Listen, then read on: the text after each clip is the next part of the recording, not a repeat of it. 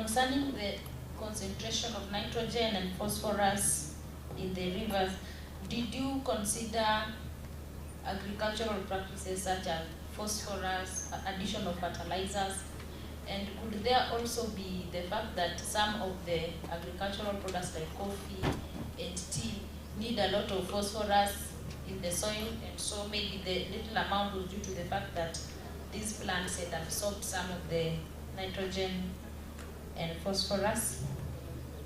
My other question goes to Dr. Esther Arunga. From the presentation, I've noticed that plant breeding is mainly genetic modification. So how much of the genetic modification do you do and still remain within the ethical considerations in genetic modifications? I think to give, give time, we have like 2 or 3 questions per person, so that we can maintain time. Any other person who has questions? Okay, thank you. Mine goes to Tabitha on Mboni. We use a traditional practice of heating using broken pots to process coffee for consumption. So if I did the same, I'd have some fungus. Is it still okay? Because I believe the temperatures are high. Or even the current coffee brewing techniques, I know it is exposed to very high temperatures. Is it still okay to consume such? Any other question? Okay, I think that is the last one. We can have the answer. Those are enough. We can take that for now. Yeah, just go ahead. You are the last one. Okay. My questions go to the guy who was presenting on fruit agroforestry. I don't know the name. Fruits in agroforestry, the project that is being implemented by Chuka, US organization or something. Okay, Professor Adungu, just ask. Yeah, the question now goes, many projects in Kenya are brought, but at the end of the funding process, it fails. So one is, what are sustainability strategies that they have put in place that the community will continue with the project? 2 is, so far, what's the knowledge gap among the participants of the project, so that maybe it can be picked up by somebody else to continue with the research. Thank you. I think we can start with the last one to your project. D. Okay, the presentation was done by Professor, he has left. But for sustainability purposes, there are 2 aspects that we put into consideration. One of them is that we linked the farmers with the Ministry of Agriculture, so that when the project ends, the ministry is able to follow up on what they are doing. The other thing also about sustainability is that the project itself is generating funds for the farmers as they propagate the Hass avocado, as they do the apple mango, they are able to sell. And actually, we have witnessed one group in the last rain season, they were able to sell around 60,000. So because it's making money, it's motivating. It's a way of motivation to the farmer group members, so they continue to do the activity with or without supervision. Yeah. So I think that's well answered. The other question was practice. Oh. Thank you very much for the question on the aspect of decline in precipitation and how it's going to affect the above ground biomass and below ground biomass. So this takes us back to the principles of plant productivity. We know that for any plant to produce, it requires CO2, it requires water as the primary raw materials for it to produce food. So, and this food that is stored is the one that is stored in terms of the carbohydrates, and that's now what we refer to as the carbon that has been stored in that particular tree in the form of biomass. So definitely, if the precipitation is likely to decline, then photosynthetic activities are also likely to go down. And the moment they go down, then that has direct implication on the end product of the above ground biomass and below ground biomass, because they have direct impact on tree growth characteristics in terms of the diameter at breast height and of course the height of that particular tree, which are the key parameters in determining the above ground biomass and below ground biomass. Thank you. Quentin? Oh.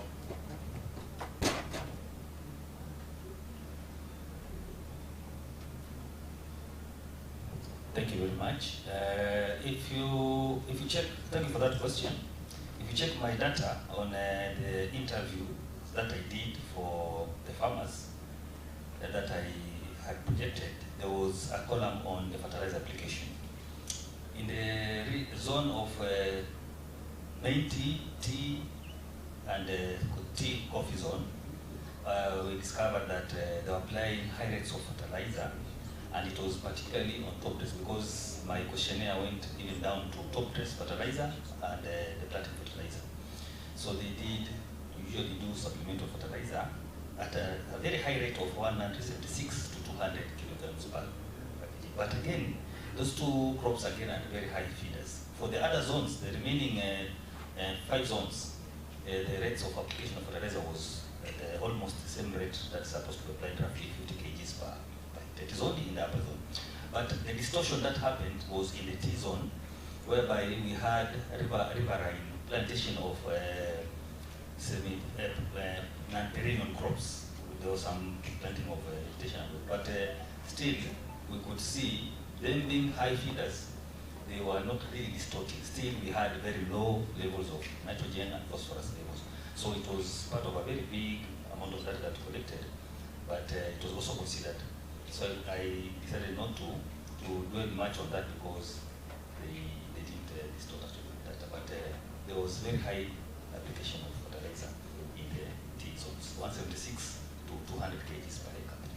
Thank you. Sandy, the next one. Esther? Is Esther there? Here.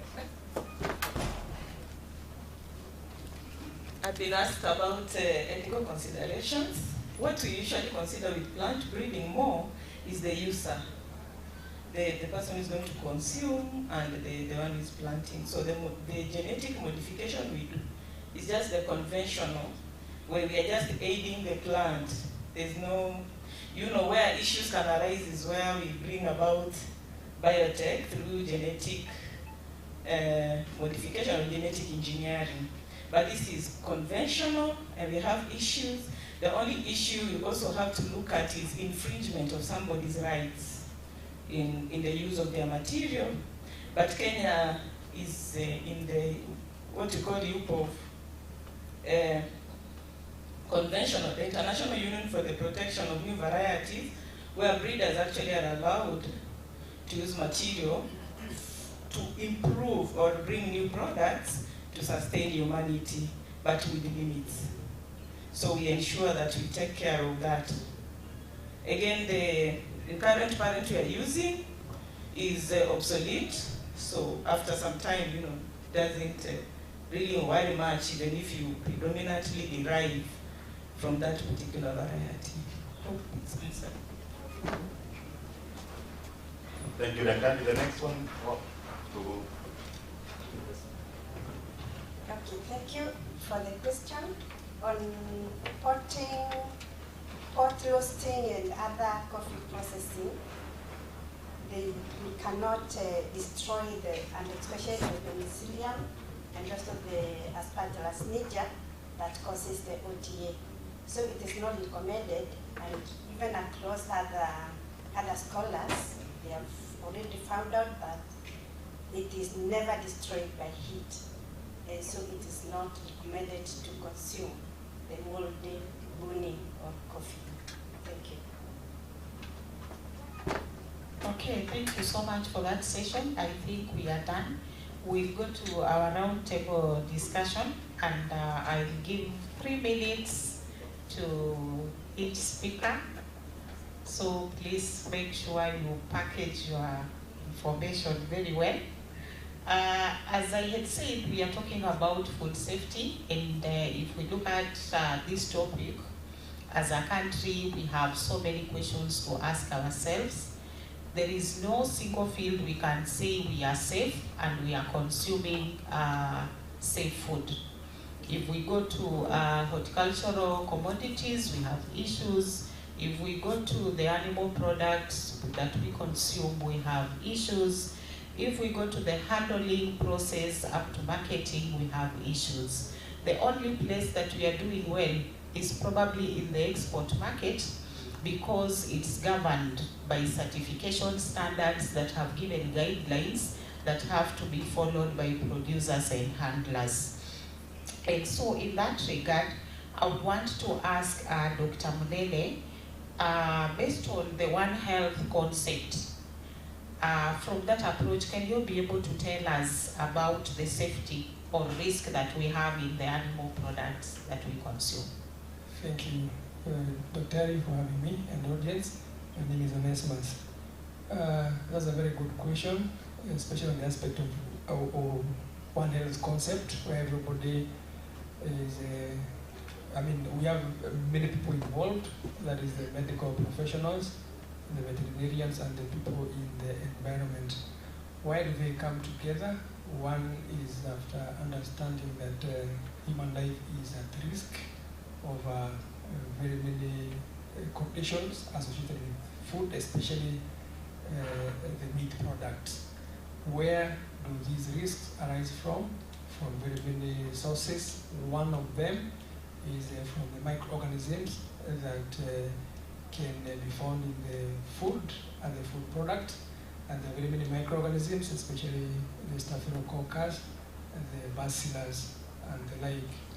And one interesting thing is that sometimes you find when one has some foodborne illness, and then they're taken to medical professionals, sometimes it gives them a headache making that diagnosis, because the pathogens they're used to, mostly from human perspective, are not those that affect animals. Then coming to the aspect of environment, yes, some of those pathogens, they find their way into the soil. For example, the bacillus anthracis, you have the spores in the soil, which can affect farmers working in that environment or when they're tilling the ground. So again, the environmentalists come into play, and in general, that one now brings very well the aspect of One Health concept. So what are some of the associated consequences? One is people fall sick, that is one, when they consume infected products. And some of these sicknesses actually lead to loss of life. As the CDC has documented, we have over 3,000 people dying yearly out of consumption of food-related infections. Then there is this aspect of importation of feed manufacturing product. If again there are flaws in the laws, you find some of these products getting into the country, for example, infectious materials. We have a condition known as mad cow disease or bovine spongiform encephalopathy. So if there are flaws in the feed input importation, then you have such products getting into the country, and then if they're used to make animal feed, people or animals fall sick and eventually interact with the animals. Then the other one is on the importation of antimicrobials or antibiotics, which we use in veterinary medicine to treat animals. So if they're improperly handled, then you find these products getting into food chain, and when we consume now the foods, which could be meat, which could be eggs, or which could be fish, we have those antimicrobials and antibiotics coming to us. And what are some of the signs of residue or antibiotic consumption? You find some people coming down with digestive disorders. Then you have some allergic conditions and many other So in general, the issue of food safety is key. We need to create awareness to the producers, the consumers, and also the professionals in this field. Thank you. Thank you, Daktari. As you have listened to him, we learned that we are in constant contact with antibiotics that are used on animals, and they are posing, as we get exposed to these antibiotics, it's likely that the human beings will develop resistance to the same antibiotics. And it now poses the medical challenge on how we'll be able to manage some of these diseases. I wanted to ask this question to a food scientist who is not here with us. Probably somebody else will be helping us later.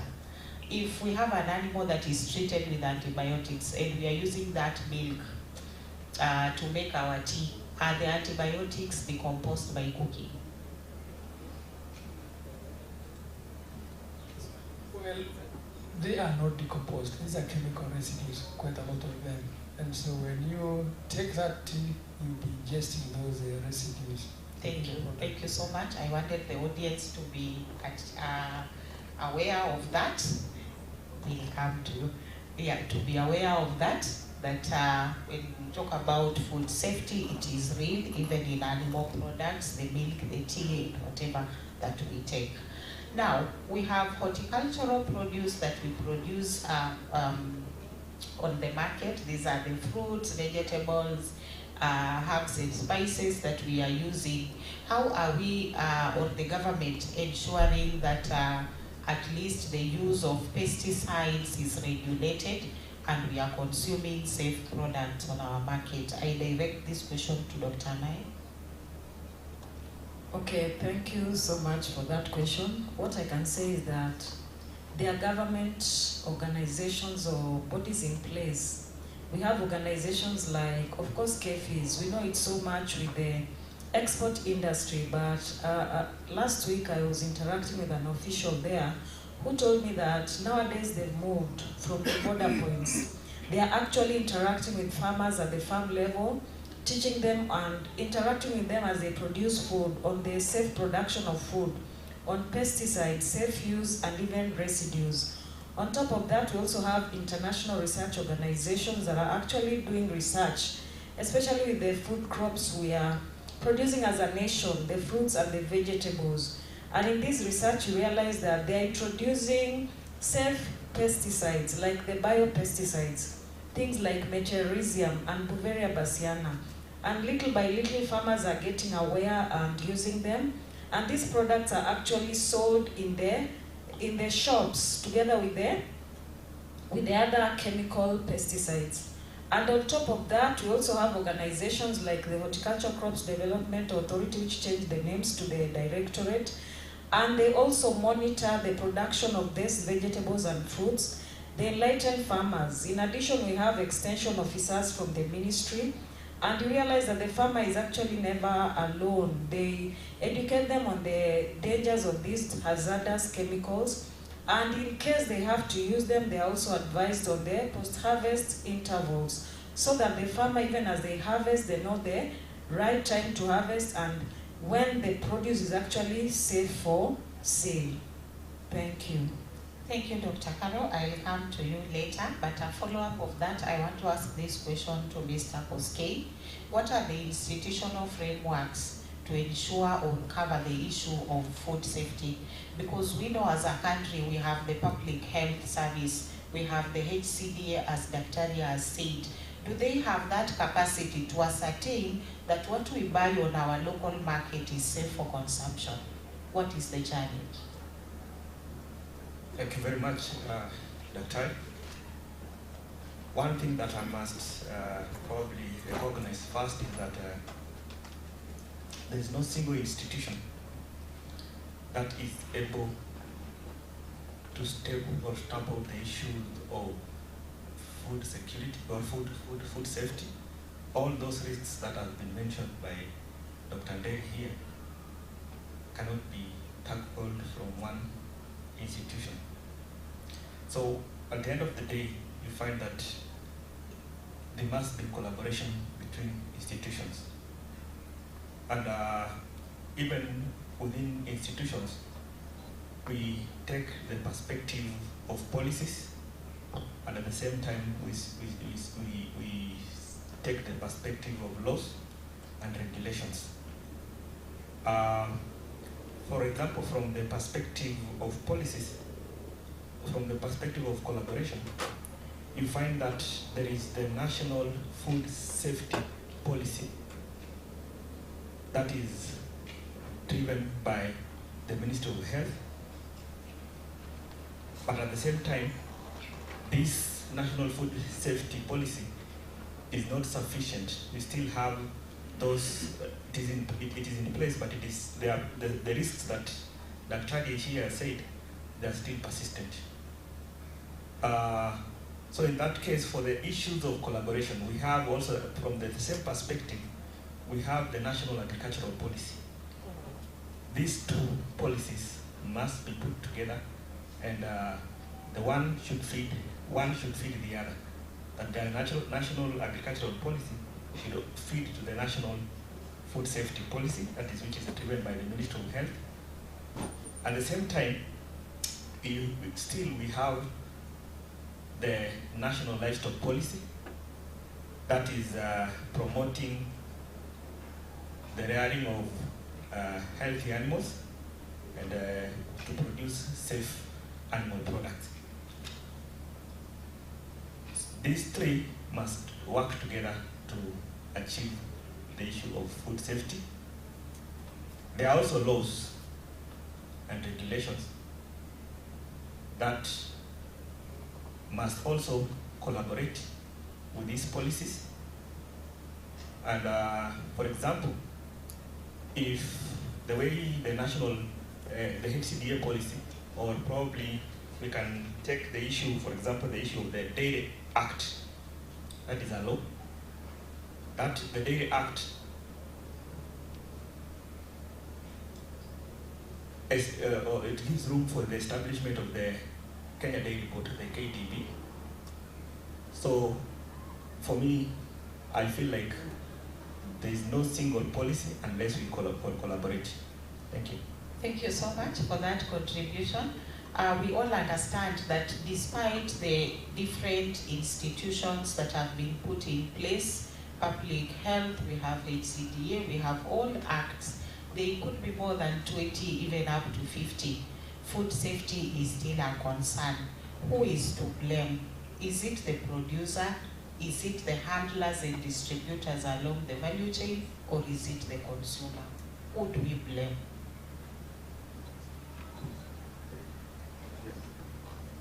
Yes, anybody can make a contribution. Maybe to some extent, thank you for the opportunity, that the blame goes to all of us. One is that person who is implementing the policy. And I agree with you that you say that there are over 20 institutions that regulate these food safety issues. We blame policy implementers. Some of the policies are not fully implemented. Some are partially implemented. And in some cases, we also blame the farmer. In commercial or for those semi-commercial farmers, I can take the example of milk that Dr. has said, and the one you were using. You find that the farmer has two categories of milk. When he treats the cow, he sells the milk. But the cow that is not treated, the milk is used for home consumption. So that is it. Even the pesticides manufacturing companies, we also have a fair shame, or a fair blame to them, that some of the pesticides have long-term effects, and even those pesticides that have been declared harmful are still sold in the market. So it's a long chain of blame. Okay, it is complex. It's all about the policy. Just while we are still there on Dr. Anai, I wanted to find out from you if you can tell us the export market, they have managed to set the maximum residue levels in the commodities that are exported to their country. And actually, our country, we produce and meet those standards. Why is it a challenge for the local market that we can't meet standards for the local market? Okay. Or what can we do to ensure that the consumer is safe? Okay, thank you for that second question. You realize that if I compare to the export market, the farmer knows the consequences. They know very well. If I do the wrong thing, for example, I use a banned chemical, when this food arrives in Europe, it has to be tested before they release it to the consumers. And what they do is that what the exporters from in Europe and France and other countries do, if you export anything that is bad, they return it at your cost. And so you realize that sometimes it's very expensive for the farmer. And even as we interact with them in the field, they are very aware. Yes, they do the wrong thing when they talk about the local sales. But the export, because of the stringent measures, you know, if it is destroyed in Europe, you have to pay the cost. But whichever way, if it still comes back, you have to pay the cost. And so that very strict law, it makes them afraid, and they actually comply. On top of that, they also have bodies that go around, like the Europe Gap. They have to come. You know, you don't just sit there in Europe waiting for the produce. There's a time they come to audit the farm, the soil, the water, everything, before they approve you for the next shipment. And so I believe as a nation, if we can adopt such measures, I mean, we have to take care of our health, the way we are taking care of the Mzungu food. That is what we tell farmers, but little by little, some are complying, but even if they don't, they know the consequences and the dangers that are involved. Thank you. We have to strengthen our policies and the implementation. Let's hear the take-home message from Dr. Munene. What do you tell these participants here? Indeed, food safety is a paradox. It has been, it will be. Where next should we go? Thank you so much. My parting shot is that food safety begins with you. That is very, very important. And I'll give a story. There's a time we went to a joint somewhere. They were selling meat, and all they brought to us was rotten meat.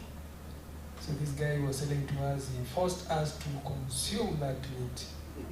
We told him we cannot. So there was a kilogram. So we invited him and asked him to sit down and then share that meat. He did the first piece, the second and the third, akainua mkono akasema, enyewe imeoza.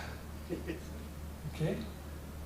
And the reason was he wanted to force us to eat that he would not be blamed by the employer. So if we went ahead to eat that meat, it would have brought problems in our stomach. So that is number one. Safety, food safety begins with you.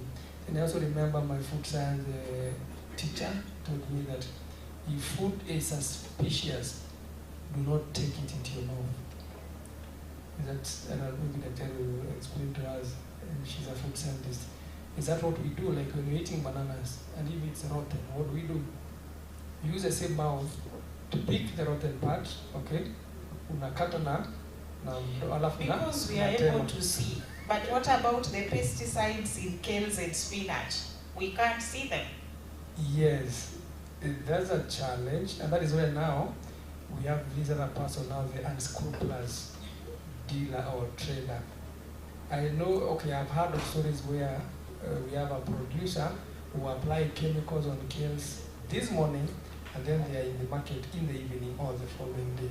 That is being unscrupulous. And the same happens even with the animal products. So we should also be honest as producers, and also when we're doing extension, train our farmers to be honest. Then lastly, we've been talking about fertilizer in the recent past. There has been issues whereby you're saying economically, fertilizer man square. sukari and then issues to do the fertilizer. So if it is true there are problems with those products, then the policy making import and discipline is a problem. Can we be honest? Can our laws be stringent? Thank you very much. Thank you. I think this is a very broad topic. It can form a conference for a whole week. I just want us to have a feel from a food scientist. Public health and food science, they were meant to be part of this panel. Hawakukuja. Yeah, I'll give her 1 minute to say something from a food scientist perspective. Okay, thank you everyone. I think I won't lack something to say, but it's going to be short since I wasn't part of the panel. But I would like to start with what Dr. Munene has just said, that we have these organoleptic sensory, your eyes, your nose, your tongue. So God gave you those ones to be like a protection. I mean, the first test that you do before you take food. So I feel like we need to assess from our own analysis. And then secondly, if you have the opportunity to make noise about something that is bad, please do. And for us as academicians, you can research and you can publish and you can publish and you can talk about it until the person who is responsible for such a control or a policy takes it up. Because people know about safety, but they don't want to put them into place. There is also the issue of economic gain, because as Dr. Naya has just said, the local market is exporting quality feeds, quality vegetables outside, but they are feeding us with the opposite. So you're wondering what is the problem. So the economic gain that is attached to quality in exports is higher than whatever we are being fed. But my take home conclusion is that if you're doing anything, do it in moderation. If you're taking ugali, you know aflatoxin has been found in maize flour. Don't do too much of it. You know aflatoxin can be found in milk. So whatever you do it in moderation. Thank you, Dr. Thank you so much for that. So we conclude by saying Kenyans, we are our own enemies. What people cannot consume, they want to sell it to the others. And I think